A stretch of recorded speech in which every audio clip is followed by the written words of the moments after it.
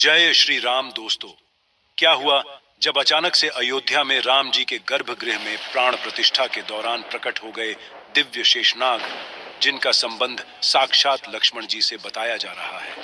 प्राण प्रतिष्ठा के दौरान इतना बड़ा चमत्कार देखकर बड़े बड़े पंडित विशेषज्ञों के साथ साथ देश के प्रधानमंत्री के भी होश उड़ गए। लेकिन इसे काफी शुभ संकेत माना जा रहा है। इसके पीछे की सच्चाई जानकर आपके भी होश उड़ जाएंगे। अगर आप एक सच्चे सनातनी हैं तो इस वीडियो को लाइक करें, और आप भी राम मंदिर बनने से बेहद खुश हैं तो कमेंट बॉक्स में जय श्री राम जरूर लिखें, और पूरी सच्चाई जानने के लिए वीडियो को अंत तक देखते रहें। अयोध्या इतिहास रचने के बहुत करीब है। जिस दिन का सभी सनातनियों को बरसों से इंतजार था, आखिरकार वो दिन आ ही गया। अयोध्या में बन रहे भव्य राम मंदिर में अब प्रभु ने विराजमान होकर अपने भक्तों को दर्शन दे ही दिए। प्राण प्रतिष्ठा से पूर्व ही अस्थायी गर्भगृह में रामलला के दर्शन बंद कर दिए गए। अब 23 जनवरी से दोबारा दर्शन आरंभ होंगे, जब रामलला को नवनिर्मित राम मंदिर के गर्भगृह में स्थानांतरित किया जाएगा।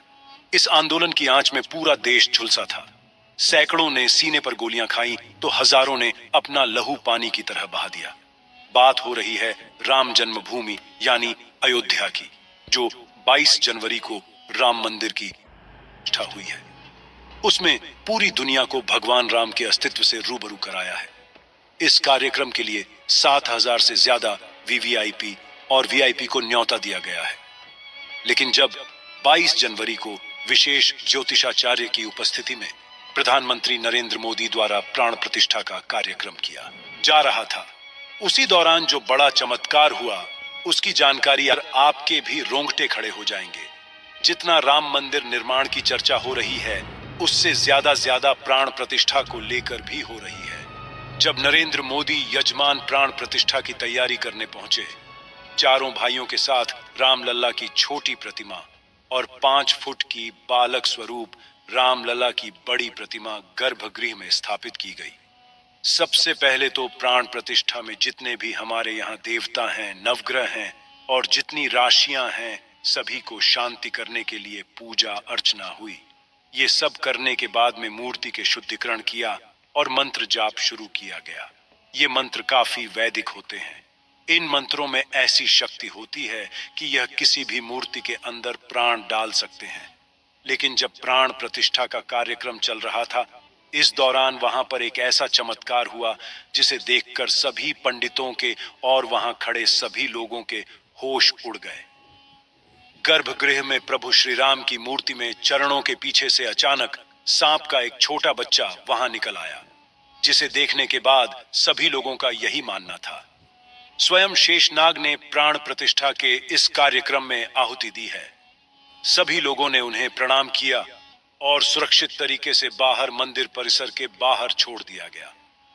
लेकिन सबके मन में यही सवाल था, गर्भगृह बहुत सुरक्षित है, चारों तरफ से अंदर किसी जीव जंतु के आने की कोई संभावना नहीं है, तो सांप को छोटा सा सांप का बच्चा मूर्ति के पैरों में आखिर कहां से आया था?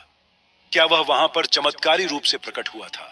इसके बाद इस चमत्कार को शुभ संकेत मानकर स्वयं लक्ष्मण जी की वहां पर उपस्थित मानकर पुण्य प्राण प्रतिष्ठा का कार्यक्रम शुरू किया गया। अब सबको इंतजार था उन 84 सेकंड का, जिसके दौरान प्रभु श्री राम की आंखों से पट्टी हटने वाली थी और मूर्ति में प्राण प्रतिष्ठा होने वाली थी। इन 84 सेकंड को विशेष मुहूर्त के तौर पर देखा जाता है, जिसे अभिजीत मुहूर्त कहते हैं, जो कि 11 बजे से लेकर 12 के बीच कुछ सेकंड होते हैं। और जैसे ही 11 से 12 बजे के बीच अभिजीत मुहूर्त का निर्माण हुआ, उन खास 84 सेकंड के दौरान विशेष ज्योतिषाचार्य द्वारा प्रभु श्री राम की आंखों की पट्टी खोल दी गई। मूर्ति की आंखों के सामने रखा हुआ कांच अपने आप टूट गया और मूर्ति की प्राण प्रतिष्ठा संपन्न हुई। मतलब कहा जाए कि प्राण प्रतिष्ठा अर्थात पत्थर की मूर्ति को जीवंत करना है।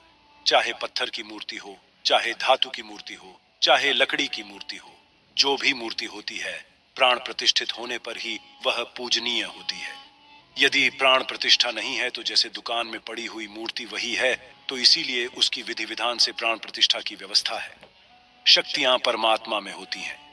उन मंत्रों के द्वारा उन सारी शक्तियों को उस प्रतिमा में स्थापित किया जाता है, जिससे लोग दर्शन करने के बाद और लाभ उठाते हैं। तो उनके लिए मंदिर के द्वार कब खुलेंगे? बता दें कि आम जनता के लिए राम मंदिर के द्वार 25 जनवरी से खुल जाएंगे।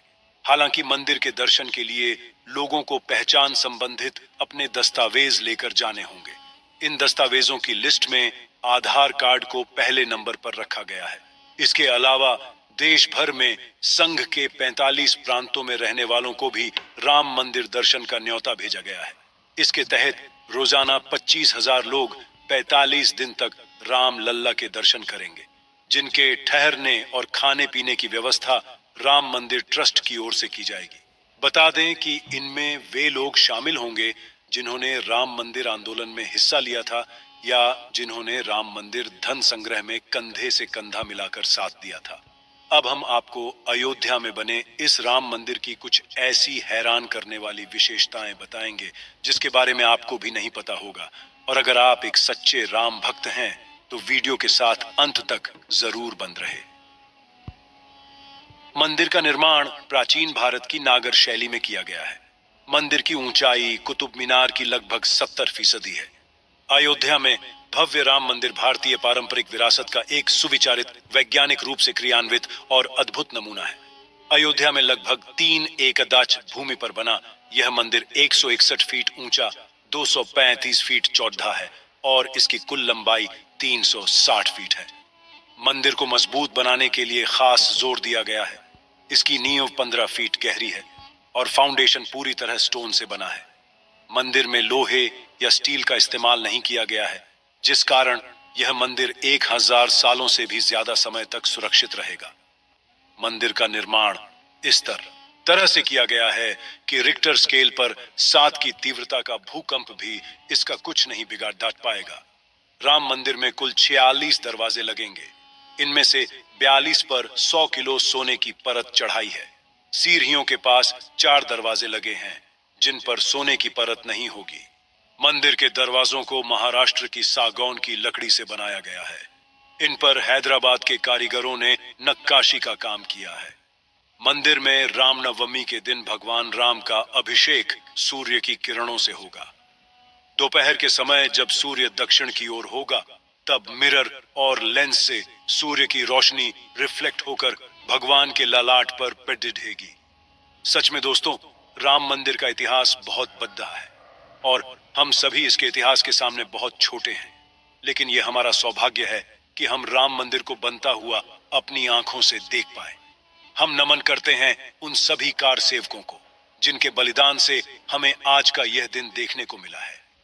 आप भी नीचे कमेंट बॉक्स में उन्हें श्रद्धांजलि जरूर दें। और